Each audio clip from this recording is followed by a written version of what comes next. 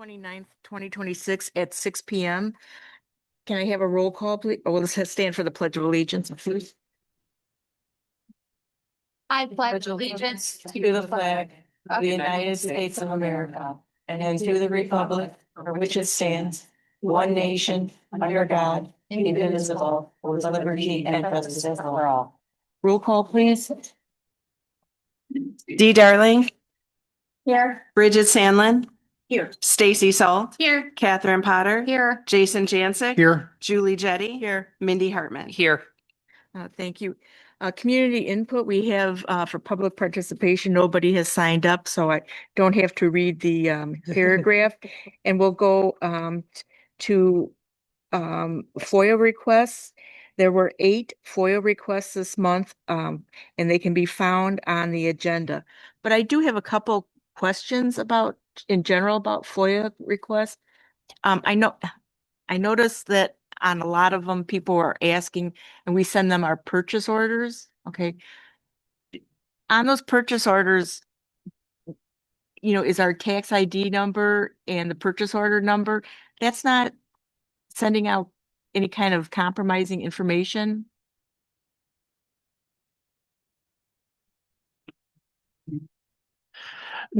No, that's not going to be giving out any compromising information. To change our tax ID number would, for someone to do that, that would require a whole bunch of documentation that they don't have.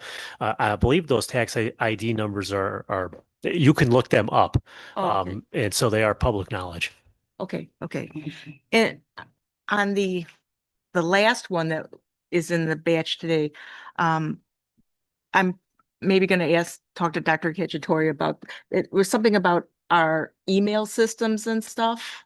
And there was a page there that kind of looked like it was our login information or something. It was the last slide that's in there. But I'll say that and talk to, I think we're going to get a lot more of these FOIAs coming up since we've been doing so much renovation and buying things. That's my guess, because it seems like they want to know everything we're buying, and if we had bidding on it and stuff. But I'll talk to Jess and Dr. Cacciatore about that. But thank you. So board comments, Mrs. Darling. I have nothing, just wishing everyone a safe and happy 4th of July weekend. Mrs. Hartman. I have a few tonight. First one is I wanted to acknowledge that I missed last week's board meeting because I was grieving the loss of a close friend, Shannon Moriali. And I bring up her name tonight because she was also very engaged in District 26, serving on PTO since 2019 and probably working a class party every chance she got for one of her 3 kids in the district. My heart is with her and her family and with all of the families in D26 who feel the loss. I also want to acknowledge the end of an era. Dr. Thomas, your tenure in D26 is phenomenal. You've been a stalwart leader, and I've seen you work through some incredibly difficult times, COVID to say the least. This past year, you stepped up and helped the district as interim superintendent, which was not an easy task. And I think I speak for the board when I say we sincerely appreciate your dedication to D26 and the loyalty you've shown to the families and communities by sticking with us to give the board a time to do a proper superintendent search instead of flying by the seat of our pants. And frankly, to the outgoing administration team, you will be missed. Dr. Thomas, Mr. Shepard, Dr. Rivera, you 3 have been part of an incredible team, and I've enjoyed watching you each grow and spearhead new programs that the district is going to continue running even after your tenure. I wish each of you the best and wonderful things on your next journey. Mr. Jancic. Just want to echo Ms. Hartman's sentiments regarding Dr. Thomas. I think you said it very well and better and more eloquently than I could. Dr. Thomas, thank you for your leadership over the past few decades here in Cary 26. You've evolved with the district, and we're sad to see you go. We're excited to see what you're going to do at CEDAL. And we thank you for, like Ms. Hartman said, leading us through some of those tough times. I believe one really contentious board meeting, and then stepping in and stepping up for the good of the district to allow us to find our next superintendent. Likewise, Ms. Rivera, thank you for continuing to evolve and our pedagogy here in Cary 26. You are leaving the district better than you found it, and we certainly appreciate it. I think you're going to have a presentation that's going to show exactly that. I know you like to kick it back to the teachers and the kids, but without ample leadership, that doesn't happen. So thank you for that. Mr. Shepherd, it has been great working alongside of you through thick and thin of the Maplewood experience, I guess would be the best way to put it. And thank you for always keeping what's in the best interest of our district as well as our taxpayers in mind, at the forefront of what you're doing. And in an era where we're seeing districts not necessarily go down the fiscally responsible path, it's been reassuring to have your leadership and guidance through these last few years here. As we navigated Maplewood, as we navigated Esser and all that other fun stuff in a referendum. So thank you for that. We wish you the best of luck, Ms. Rivera and Mr. Shepherd, as you move on to the next step. And then Ms. Kramer, I know you're heading out the door here too soon, and we're going to be singing your praises here in a little bit with some amazing data. But thank you for your leadership, and we really appreciate you really growing that program under your leadership. It's been fantastic. So thank you and good luck. Thank you. Mrs. Potter? Thank you. Again, I just want to reiterate and thank Dr. Thomas, Mr. Rivera, and Mr. Shepherd for their dedication and professionalism. And just forgive me if it was all my fault that you're leaving. But also, I want to thank all the staff that's been working really hard over the summer to continue summer school and get the buildings ready again for another school year.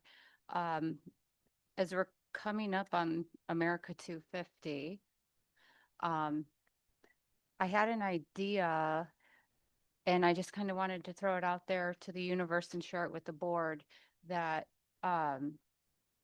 perhaps in the fall, we as a district consider doing like a time capsule or something where the students can put something in it, talk about their dreams. So we're really on the cusp of how the world is changing and such. So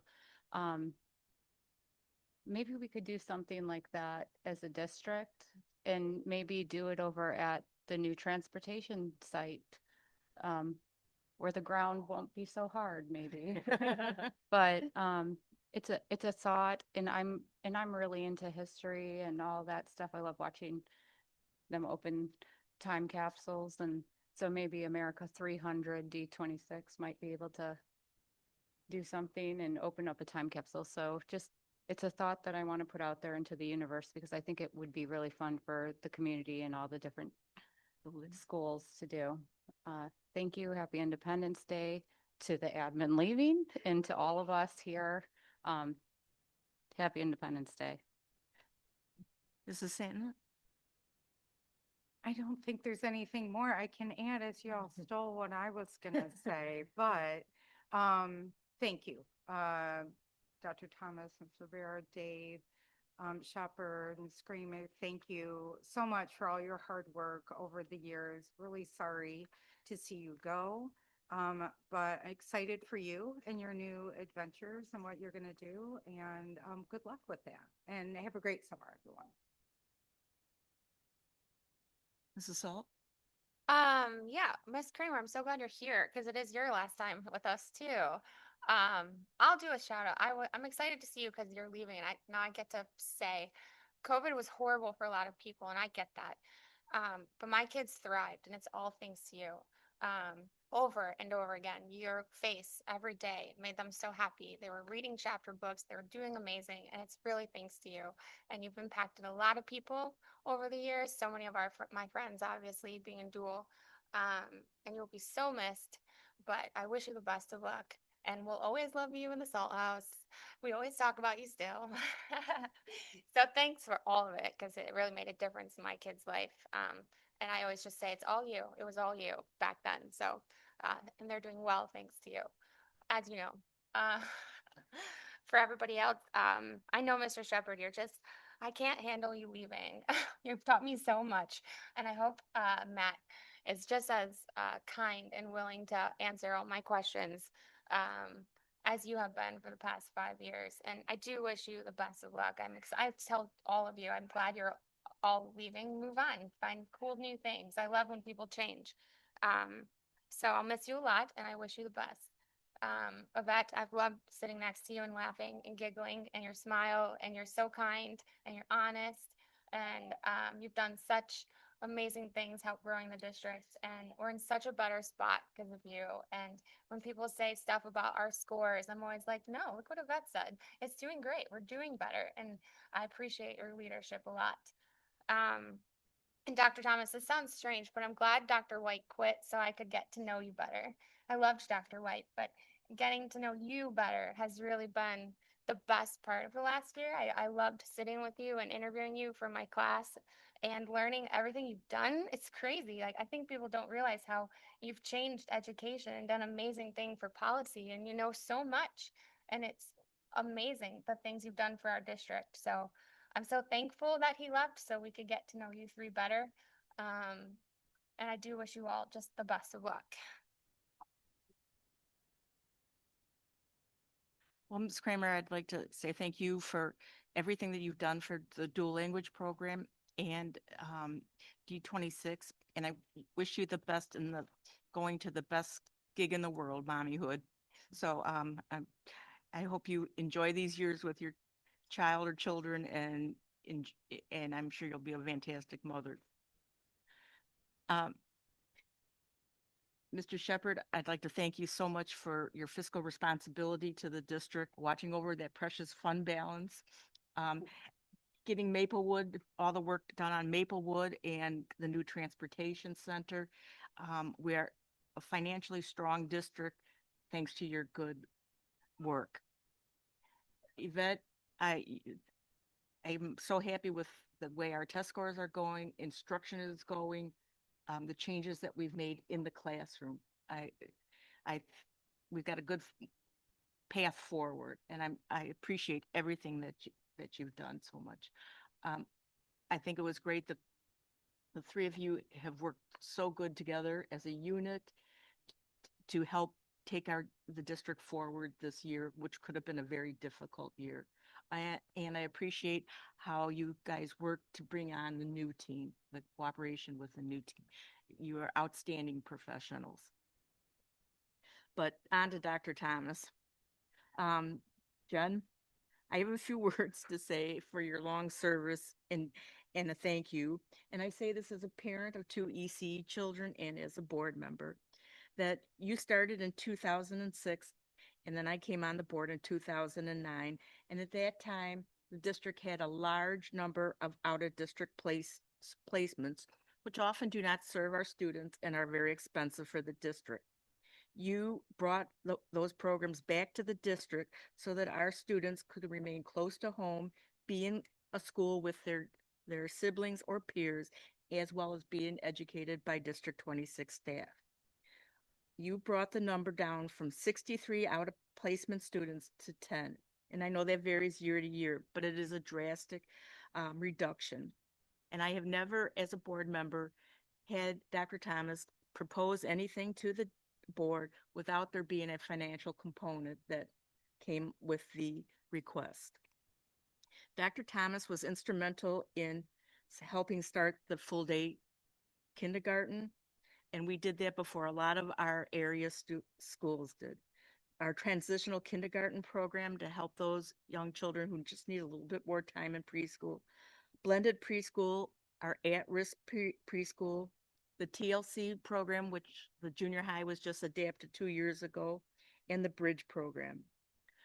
I did not realize this until Laura told me, but Jen was instrumental in starting the Shop with a Cop, which is so important for a lot of young children in our district. And since 2011, 220 kids have participated in that wonderful program. She also created the regional services. So we have a partnership with Fox River Grove to provide services to kids, and also I think with Prairie Grove. And she has implemented the Special Olympics, the Challenger basketball and soccer to connect kids with outside resources. She has started a partnership with Purdue, U of I, Aurora, Elmhurst Universities, and Whitewater to provide professional internships for school psychologists, social workers, speech pathologists, and nurses. And she was very instrumental in bringing the dual language program to our district because her own daughter was in Woodstock's dual language program.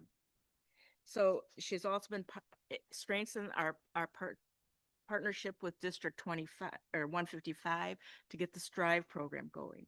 So Jen got her PhD or her doctorate in 2019, and her major was educational leadership.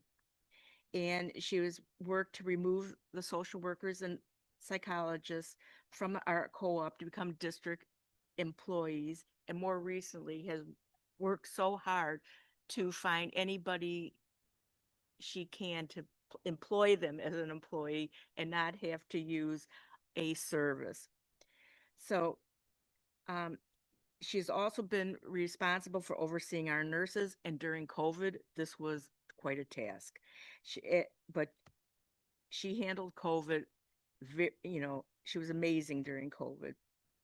And she has also overseen the management and updating of our policy manual and has been instrumental in negotiating our CEA contracts. She is an excellent meeting facilitator, as was demonstrated during COVID. And I congratulate you on your new position and will miss you a lot. Thank you very much. Okay, now let's see. Where am I? Okay, our superintendent update, Dr. Thomas. Okay, so that's really hard to follow, but thank you all so much. I am touched and moved, and I will also say that this entire year could never have been possible without all three of the people sitting over here, Yvette, Dave, and Laura Dorfler. It really was a team effort, along with Brian DeRue as well, to make this year happen. I just handed out tonight to the board summary of the year and the strategic plan goals and what the team worked on, and it was as much or more as any other year. So it was a transition year, but it was a transition year full of a lot of really good stuff.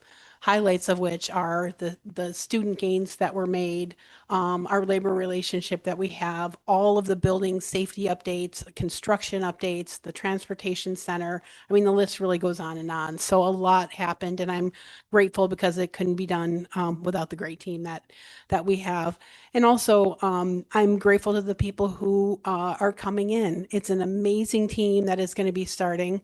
They worked truly hand in hand with us as we were hiring each subsequent person. Their entire team joined our entire team to make sure that we had everybody who was a right fit, who would be good for the district. And I truly believe the strength of the people coming in with the people who are here is just going to make for an amazing year next year. So I'm very, very grateful for that. And then the only other thing I wanted to share was I am frequently asked in interviews, which we did a lot of interviewing this year, well, why do you like Cary, or what do you think is the best thing about Cary? And the answer has never changed since I started here in 2006. And that is, it's the community. It's the sense of community. It's the staff. It's the parents. It's all of the stakeholders. It's the board. It's absolutely everybody. When there are difficult times, it's all hands on deck. Everybody jumps in. I think about our financial crisis and parents who came in and taught lessons or relieved teachers so they could have a break, or just the kids from the high school that came over and did the Don't Stop the Music program. Everybody all hands on deck, and everybody also shares in the good times and the celebration and supports the district, even when times are really good, which I feel like right now times are really good for the district. But that community in Cary is just always absolutely top of the list. So for everybody who will be in Cary, you are in very good hands and you have an amazing community, and I will miss you a lot. Thank you. Curriculum update, Ms. Rare. I think we should have gone first. Would have been a little bit easier. All right, last one. We do have a celebration today. But prior to getting to that celebration, which really is going to kick off the trend that you're going to see for this school year that we're wrapping up, our data continues to shift in the direction that we want it to shift. We continue to see gains. Even when we look at our benchmark assessment, we increase, remember the rigor of the assessment from STAR to iReady, we increased from the 30th percentile to the 40th percentile, and we still did a phenomenal job. I'm going to let Dr. Bergmeyer share that with you in July, but I just wanted a little teaser of yay, fantastic. And even with the IAR scores, again, shifting in the right direction that we want to be shifting. All that data, you do have preliminary sneak peek in the packet that Dr. As let's call you Dr. Jen, Dr. Thomas, that Dr. Thomas put together. All of that is numbers. In larger than that, I want to say thank you to the people. In education, numbers are important. Data is important. It is what makes education move forward. We know that with ISB and all that. But really, it's the people. It's the people that come together that really matter. And that speaks volumes to Cary because it's something that I registered and recognized from day one. So thank you to the Board of Education for your support. Thank you to all of our parents, to our students, to our teachers. I want to give a specific thank you to both Jen and Dave. Truly, like I'm walking away feeling like this was the dream team. I've worked on many different teams and there's not one like this one. And then I also want to give a shout out to the teaching and learning department. They are a phenomenal group of human beings. He smiles a lot more than what he lets off. Lauren has a fabulous sense of humor. Melissa's just brilliant at what she does, and Lynn as well. Victoria, tech specialist, all of them, instructional coaches, all of them encompass the teaching and learning department. And so these scores and all the things that we celebrate regarding the teaching and learning department, thank you for your kind words, but really it would not move forward if it wasn't for our teaching and learning department.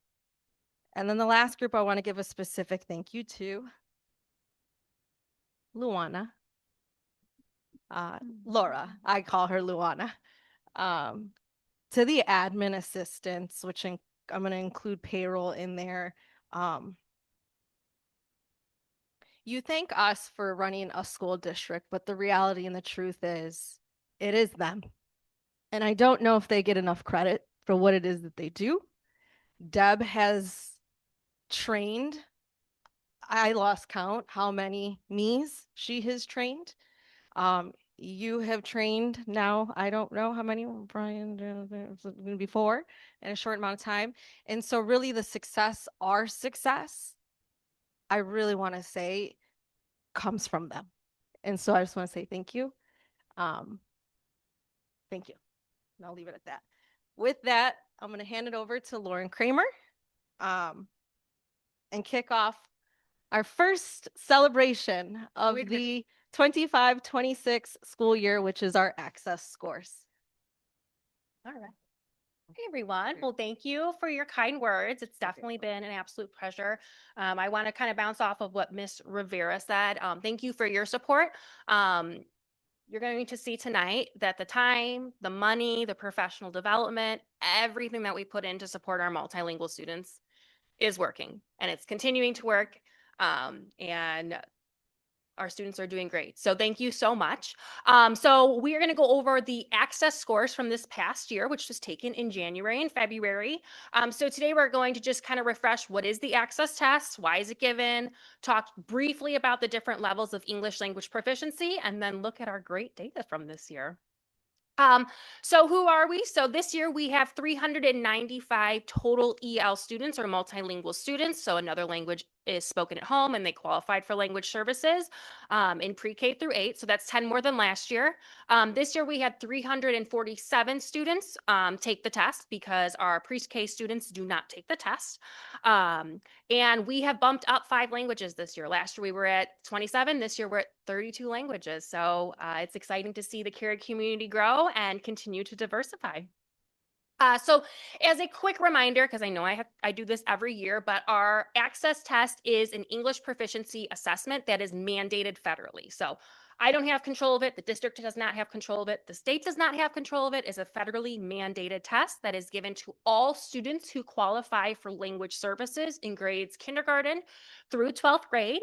And the purpose of the test is to look at their language proficiency and look at their scores to see if they've grown or what we can do to continue to increase their scores. And then that additionally determines if they continue to qualify for language services, if they can exit out of the program, or if their services are going to look different. And so it's taken once every year in January, and it's all anchored based on the National English Language Development Standards. Specifically, the WIDA standards is what the state of Illinois and 41 other states follow.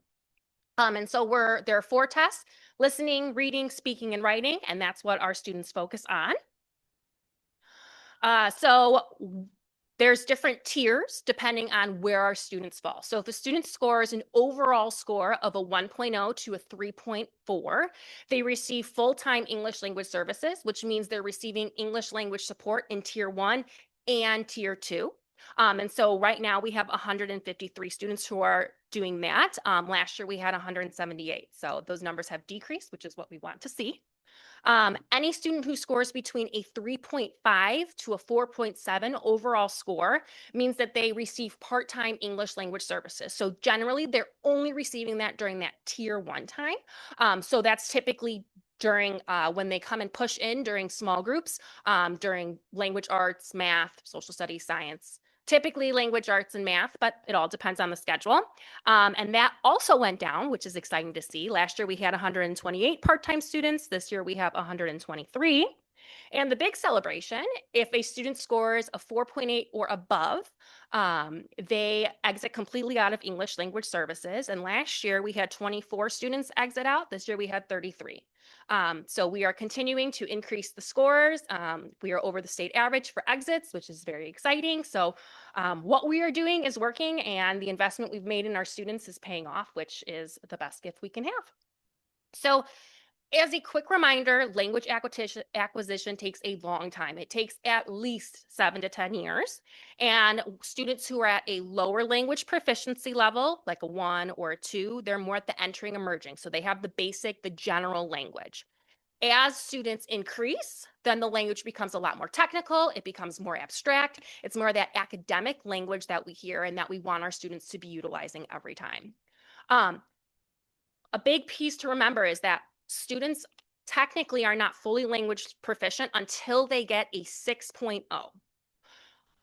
The 4.8 is the exit per the state of Illinois. So we do need to make sure that we are looking and monitoring our students who have accessed or exited EL services. And so to do that, we monitor them for 2 years.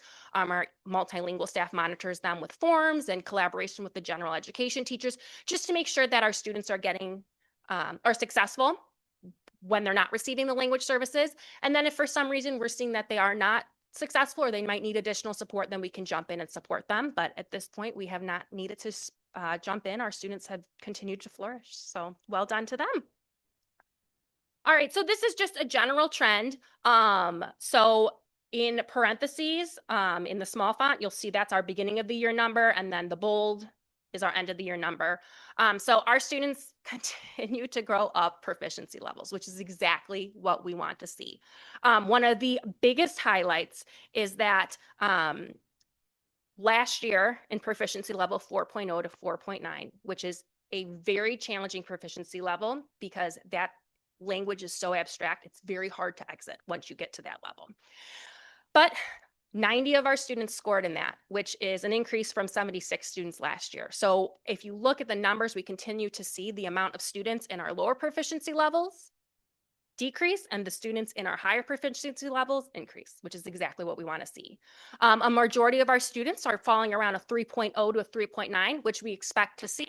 That's very average for the state. That means our students are right in the middle of the road. So we need to continue with the extension, the acceleration, and really bringing in that rich language. And so that happens thanks to our professional development, our instructional coaches, our EL newcomer specialists who have all been working very hard and collaboratively with all the teachers. And this is the reason why we're seeing that huge increase in scores is because of our staff. So I just want to thank them for that. So again, you can see when I started in 2022, we had 4 students exit. We have 33 students exiting at the end of 2026. So a tremendous increase for our students and our multilingual students in our community.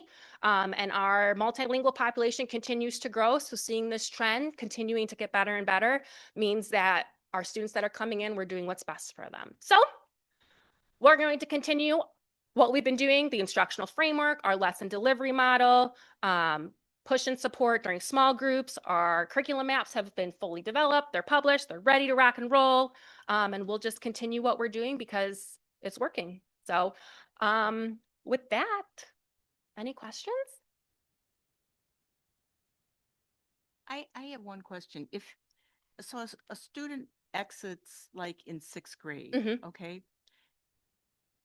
How do their ISAT scores compare to a peer in 6th grade? Their IAR scores. Yeah. So what we typically see, and this is like statewide data, is that they actually exceed the scores of their peers. And a big reason for that is They're because English speaking peers? they're English speaking Okay. peers. And a big reason for that is because our students have been so focused on building that academic, technical, and abstract language, which is what they see in the IAR. Okay. So that language is just everyday language to them. And so they've gotten a lot of extra support with that language, which has just sprung them ahead. So then we're helping to close that gap in. We're closing the achievement gap Yeah, between in any those former sub- ELs or current ELs with our English speaking peers. Okay. And that's a statewide trend that we're seeing, which is exciting. Okay. Thank you very much. Yeah. Build off of that, it's also setting them up for success in high school. Yes. Because now, right, if they are still identified as English language learners, most likely they're going to be tracked in an ESL type program at the high school, which we know then limits potentially your ability to get into honors classes and other courses that are higher.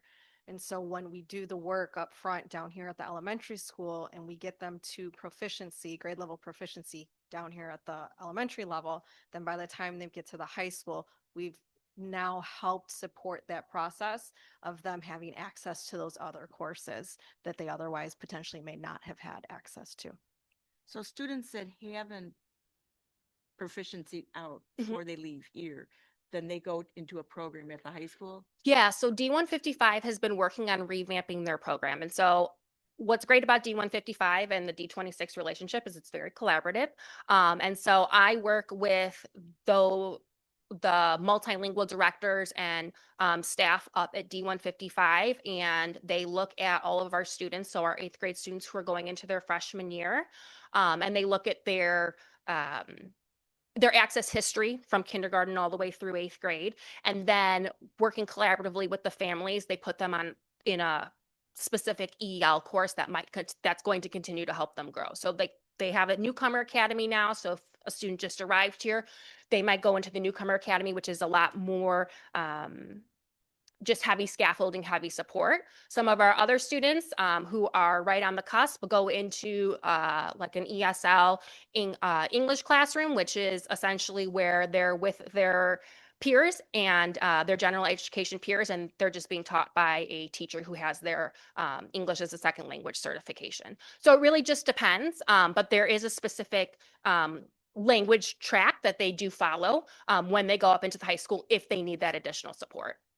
Okay, thank you very much. Any other questions?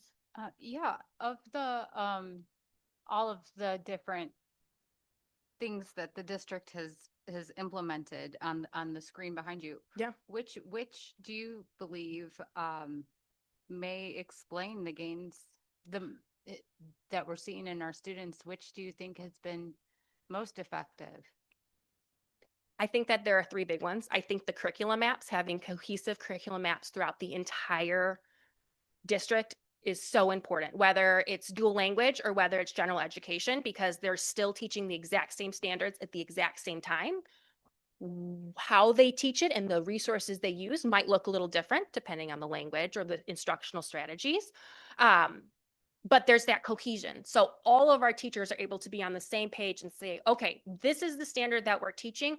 Where are our students at in that standard? So the progression, if we're looking at the progression of the standard, and then where are they at in their language proficiency level? So we can provide them that grade level resources, those grade level materials, but then continue to support them with any language support that they might need as well. And exposing them and having them be absorbed into that grade level material, that's how we up the rigor for our students. And so I would argue that the curriculum apps are the biggest thing, that cohesion. Can I build? You had two more, but No, go for it. I just wanted to build off of that because what tends to happen in school districts or schools that don't have an alignment in their curriculum across the different programs is then now we leave it up to personal opinion as to what we think the students can do. And then that's where you get implicit biases that take part. And all of a sudden it becomes that that's too hard for them. So I'm going to water it down with good intent. I'm going to always try to lead with, I'm going to assume good intent. That's not always the case, but with good intent, teachers might believe it is too difficult. So let me lighten it for them to make it more accessible. And so with good intent, they do that. But what they wind up doing is they water down the curriculum and create an inequity in higher level standards. And we lower the bar. There's data that proves that's what transpires and happens. So when you create curriculum maps across the district, you now create cohesion of what we are expecting all students to be able to do. We're not just saying these students who maybe speak the English language. No, we're saying all students, regardless of your background, this is what we are expecting at this grade level because we believe that you can do it. We just need to figure out how to get you there. But you had two other ones. Yeah, I was going to say the instructional framework is a big piece because, again, it lays out what the expectations are and addresses those implicit biases, focuses on that high rigor. And then the last one is the professional development. That is absolutely essential for staff. All of our staff come in with so much knowledge, and being able to provide that professional learning and an environment where teachers can collaborate provides that opportunity for them to learn off of each other and share their experiences and share what's been working for them, or maybe problem solve what hasn't been working for them. And through that professional learning and creating those relationships, you just create that cohesion, the belief that all of our students are capable and all of our students should be receiving grade level academic material, and all of our students can do it. How they do it might just look a little different. Thank you very much. And thank you for going into depth about the rigor as well. I think that's really important because it does say it can send the message inadvertently to children that less is expected of you, and that's just simply not the case. So I appreciate this very much. And I'm sure all the parents appreciate the good news as well. And thank you for presenting this and answering my questions. Well, thank you so much. Okay. Next is the Committee of the Whole, and we met last week. We started with a special board meeting to have the amended budget hearing and the approval of the amended FY 26 budget. After we adjourned that, we just had our treasurer's report, the first look at the new budget, and the branching mind presentation. So next is the consent agenda. Included are those items that are routine in nature. Should any board member wish to remove an item from the consent agenda, it will be discussed at the end of section 8. 7.1, open and closed session minutes from May 11th, 2026 meeting. 7.2, open and closed minutes from May 26th, 2026 meeting. 7.3, the treasurer's report. 7.4, resignations, dismissals, and retirements. 7.5, employment. 7.6, destruction of closed meeting audio recordings. 7.7, disposal of assets. 7.8, approval to place tentative FY 27 budget on display. 7.9, closed session minutes to be open for public inspection. 7.10, the consolidated district plan. 7.11, administration carryover vacation days. May I have a motion to approve 7.1, 7.2, 7.3, 7.4, 7.5, 7.6, 7.7, 7.8, 7.9, and 7.10, and 7.11 as presented. So moved. Mrs. Darling? By Mrs. Hanlon? Any discussion? Roll call? Sandlin, Yes. Stacy Salt, Yes. Catherine Potter, Yes. Jason Jancic, Yes. Julie Jettie. Yes. Mindy Hartman. Yes. Dee Darling. Yes. Motion carries. Now we have an item for discussion. 8.1 is the approval of board member estimated reimbursement to attend the Illinois Association of School Board Joint Annual Conference. Dr. Thomas?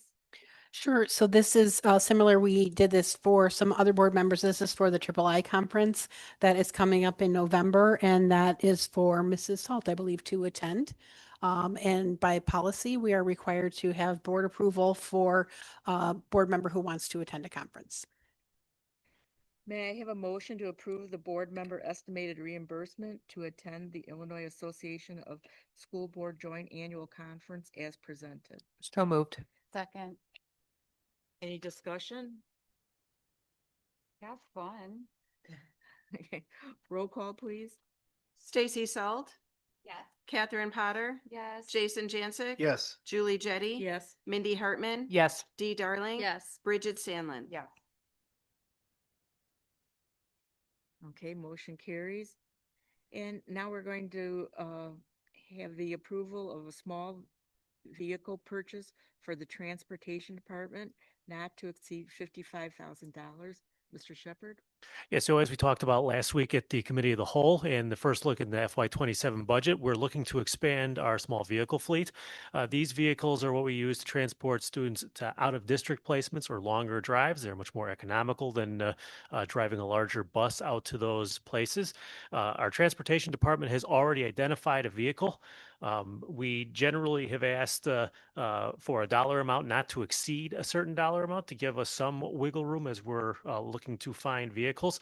I believe they've already identified one, and for doing a little foreshadowing here, I think the total price will probably come in closer to 38.